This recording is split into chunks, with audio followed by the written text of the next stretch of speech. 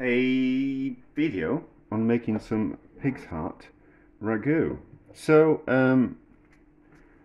I was watching something and they made a offal ragu, and I kind of thought, I am quite a fan of offal, and I kind of thought that would be kind of quite interesting. And offal tends to be a lot cheaper than anything else. And we'd also been to a restaurant and they had a rotisserie, and they did like whole chickens and things, and something on the menu was it was ox heart. It was barbecued ox heart, and my sister and brother-in-law kind of went, ew, we're not ordering that. And I went, guess what I'm ordering. So we had ox heart, and it was lovely, but these are pig's hearts. So I just kind of thought, I've eaten heart but I've never cooked it, so let's have a go at a ragu made with ox hearts. So I'm just going to use the cheap tomatoes from the supermarket, because then you know, we're only playing around, and to be honest, there's numerous reasons why I use cheaper ingredients. So you know, just because we're on a tighter budget doesn't mean we can't have nice food, and also you have to work a little bit harder with cheaper ingredients.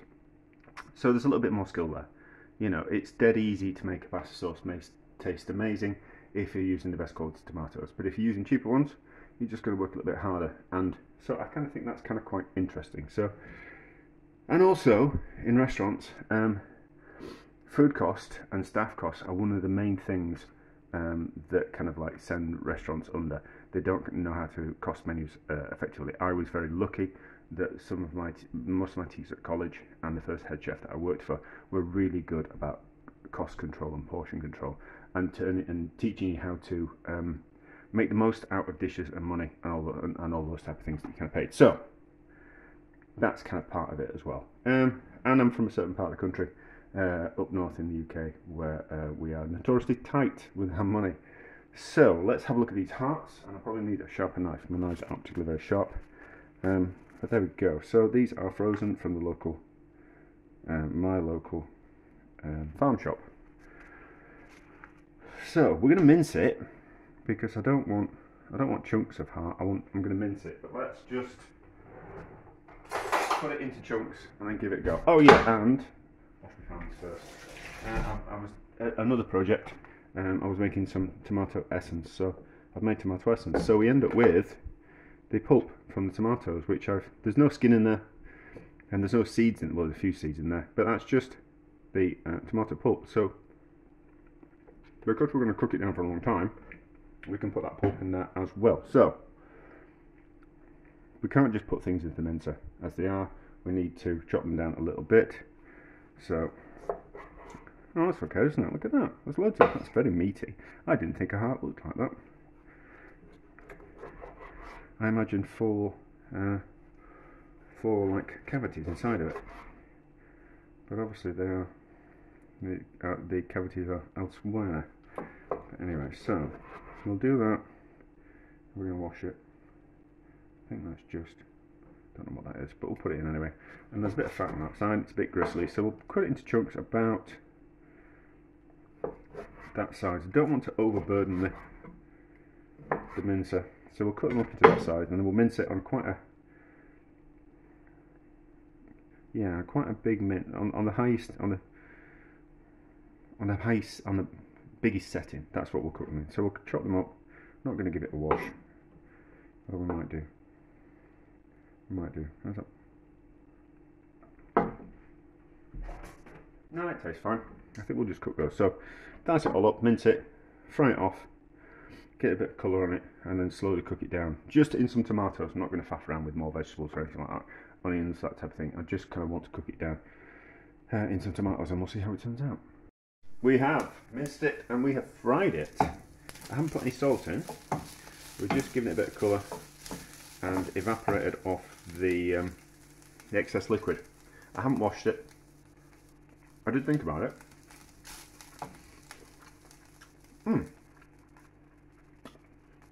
It's nice. It's really irony, which makes it taste really kind of quite meaty. You wouldn't know that was heart once you've minced it, in all honesty. you kind of just think it was kind of quite flavourful, a flavourful mince, like you'd added something to it. So that's kind of quite interesting, isn't it? That's kind of quite interesting, especially since they're about, how much was it? I forget. Was it £2.50 a kilo? Something like that. Was it like £1? Yeah, it was about £2.50 a kilo. About £2.50 a kilo. So turn that off.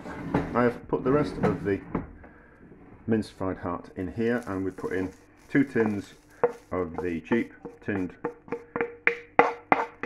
chopped tomatoes, and those tomatoes from the other project. I don't know why I turned the board around. I need the gas on, don't I? So I reckon 3 tins worth of tomatoes. Although those, I reckon maybe another tin actually.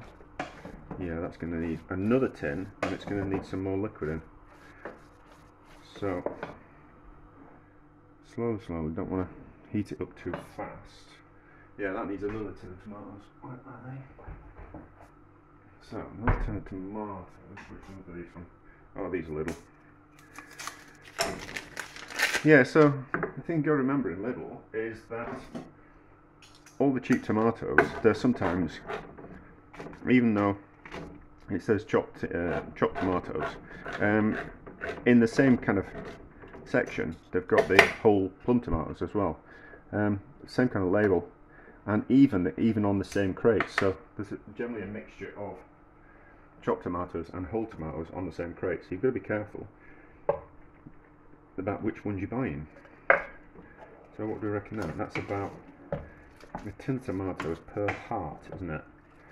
And then we'll put some extra liquid in there. Now, I'm not going to add any salt just yet, because we're dealing with mince, so we can season it halfway through, we can season it at the end. It's not going to make that much difference. The salt's not going to improve the flavour at the start if it's cooking all the way through. That's the only case in that is if we're using big joints of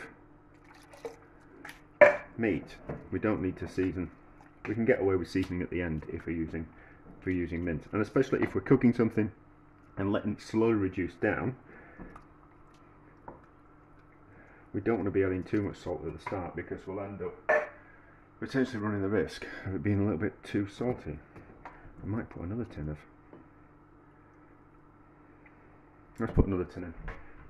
So it's like going to be 5 tins. I didn't think I was going to need to buy extra tomatoes this week. See, this is why my video's too long, because I'm waffling, aren't I? But in my defence, I'm generally working things out as I go. Nothing's pre-planned. Well, a little bit pre-planned. I have an idea, and then I want to do it, and then here we are. That's about as planning as my ideas get. Certainly wouldn't have tried this before and then done a, here's one I made earlier. It's far too boring for me. Oh, that's better.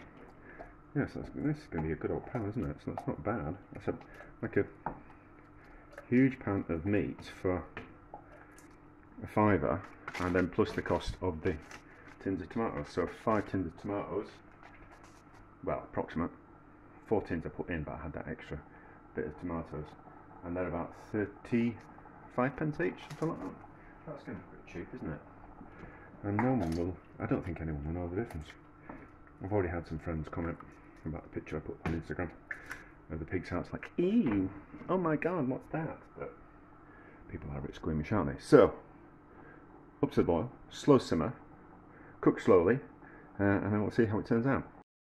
So, it's had 4.5, 5 hours worth of cooking.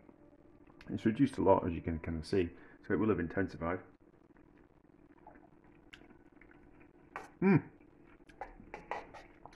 It's tender, but it still holds together. So sometimes I find when you mince things, it almost kind of wants to disintegrate, but that still kind of holds together. But it's tender. It's tender.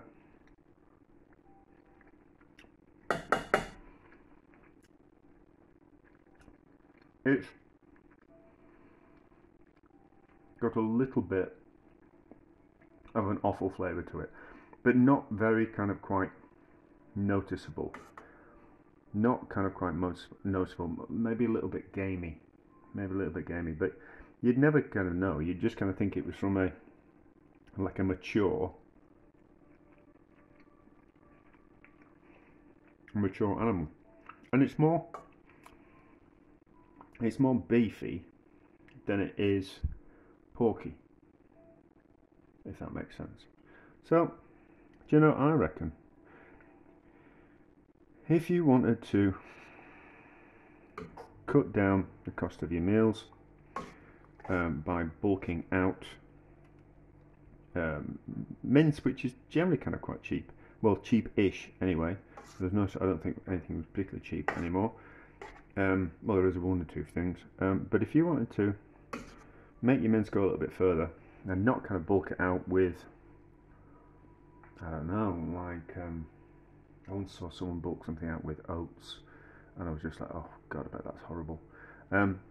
If you kind of wanted to keep it meaty, I reckon you could put minced heart into your mince, and no one would ever know. Like a third minced heart. I mean, it's cheaper. What is it? It's about £2.50 a kilo, something like that. I think. I can't remember. I'm not going to pull the packet out of it. So you could, but that in the past, before we had to know exactly what was in everything, because some people were unscrupulous with it. I think probably a lot more things like cheap mince had minced heart in them. My other thought was, obviously what I saw was a ragu made of lung, heart and kidneys, and there might have been a little bit of liver in there as well. I think that would be a little bit too intense. Certainly things like kidneys, unless you wash them properly, they're a little bit too intense in flavour for quite a lot of people. And the same with lung as well. They've got a different kind of quite flavour and a texture as well, whereas you wouldn't really know with heart that it was heart, but you would know that something just wasn't quite right if you were to use kidney and lung. But anyway, I'm going to make something out of that. I'm probably going to have some kind of pasta bake or spaghetti with ragu at the weekend, and I think that's going to be thoroughly lovely, and it'll make quite a lot of meals for me. All that, and yeah, if you ever think about inviting yourself around for my house for dinner, you get what you're given, and you might get something like that. But that's delicious and cheap. That's success. Oh yes. So that was the other thing I was going to add. If I was to make that again, I would put onions, celery and carrot in it as a base for the sauce as well, so they kind of cook down to nothing, and then you get like a more rounded flavoured ragu. But obviously I just wanted to have a play around, and I didn't really want to, if it was going to be a disaster and horrible, I didn't really want to have to put in that extra work and what we call it, and money. But I would put in, if I was to make it again, and probably at the weekend, I will cook some onions into it, but onions, celery and carrot would improve that even more. But there we go.